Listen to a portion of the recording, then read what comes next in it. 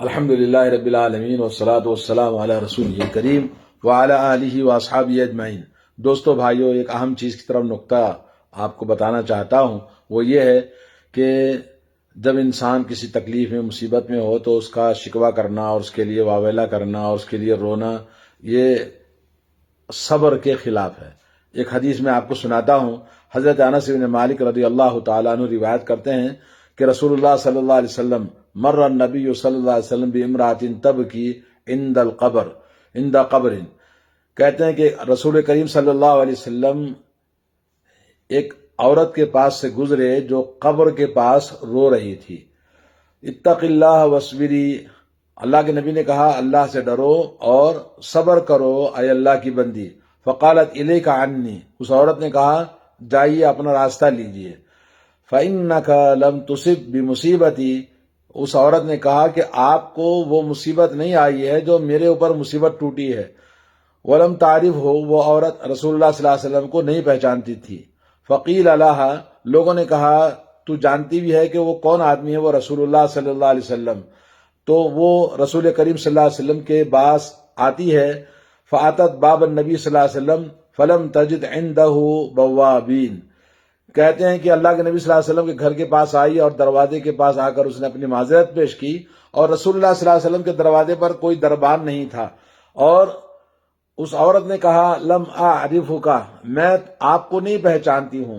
اللہ کے نبی نے کہا انما الصبر عند الصدمۃ الاولى، صبر وہ ہے جو اول وہلہ میں جب مصیبت ٹوٹے تو صبر کرنا چاہیے، اس کو صبر کہتے ہیں۔ اور صحیح مسلم کی روایت میں ہے کہ تب کی اعلیٰ صبی اللہ، اس کا ایک لڑکا تھا فوت ہو گیا تو اس لڑکے کی وفات پر وہ رو رہی تھی۔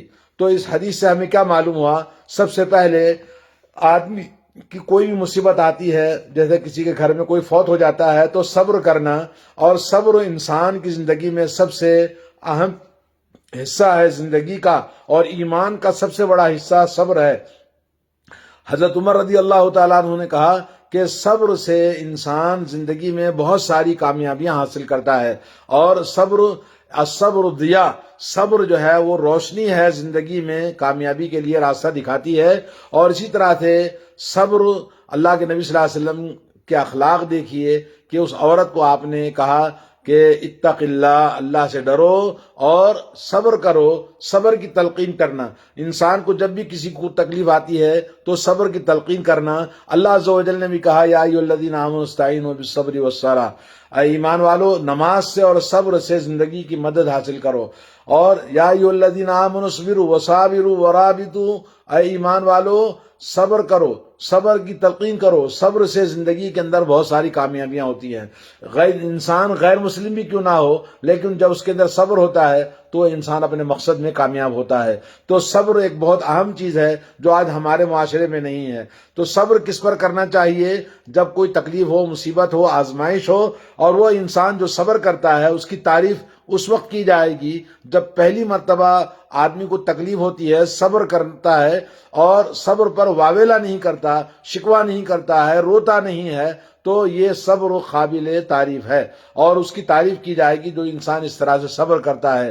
اور اللہ کے نبی صلی اللہ علیہ وسلم کے اخلاق کا ہمیں اس میں پتہ چلتا ہے کہ آپ نے اس عورت کو، جبکہ عورت کا قبرستان میں جانا منع ہے، حرام ہے، اور اللہ کے نبی صلی اللہ علیہ وسلم نے کہا کہ عورتوں پر لعنت ہے جو قبروں کی زیارت کے لیے جاتی ہیں، اس عورت کو آپ نے منع نہیں کیا بلکہ کہا اللہ سے ڈرو، صبر کرو۔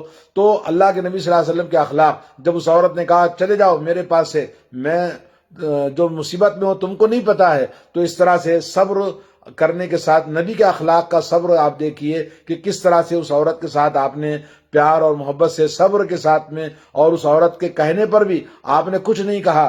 اور دوسری بات ہمیں جو معلوم ہوتی ہے کہ انسان کسی کو نہیں جانتا ہے اور اس کے ساتھ کوئی معاملہ ہوتا ہے برائی کا تو صبر کرنا چاہیے، کیونکہ اس عورت نے نبی کو جو جس انداز سے جھڑک دیا، دور کرنے کے لیے کہا، تو اللہ کے نبی نے کچھ نہیں کہا اس سے، کیونکہ وہ عورت جانتی نہیں تھی کہ وہ اللہ کے نبی صلی اللہ علیہ وسلم ہیں۔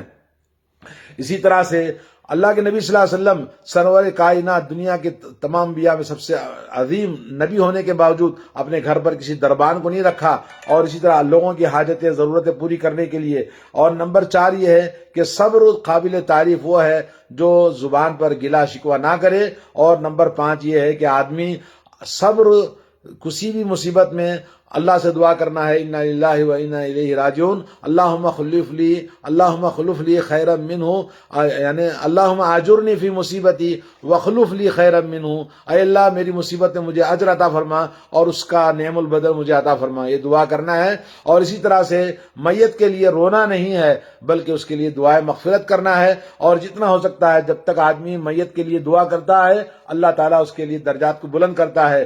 اللہ تعالیٰ جب کسی انسان کو درجے بلند کرتا ہے جنت میں تو وہ کہتا ہے اللہ تعالیٰ یہ کہاں سے آیا؟ تو اللہ کہتے ہیں تیرے بیٹے نے دعا کی ہے۔ اور اللہ کے نبی صلی اللہ علیہ وسلم کی حدیث ہے انسان جب مر جاتا ہے تو 3 چیزیں صدقہ جاریہ، علم جو فائدہ اٹھایا جائے، اور ولد صالح یدعو لہ، نیک اولاد جو ماں باپ کے لیے دعا کرتی ہے۔ تو اولاد کا فرض ہے ہر حال میں ماں باپ کے لیے دعا کریں۔ اللہ تعالی ہم سب کے والدین کی مغفرت فرمائے، ہماری مغفرت فرمائے، اور ہم سب کو نبی علیہ الصلوۃ والسلام کی سنت کے مطابق زندگی گزارنے کی توفیق عطا فرمائے۔ وصلی اللہ علی نبینا محمد وعلی آلہ واصحابہ اجمعین۔ السلام علیکم ورحمۃ اللہ وبرکاتہ۔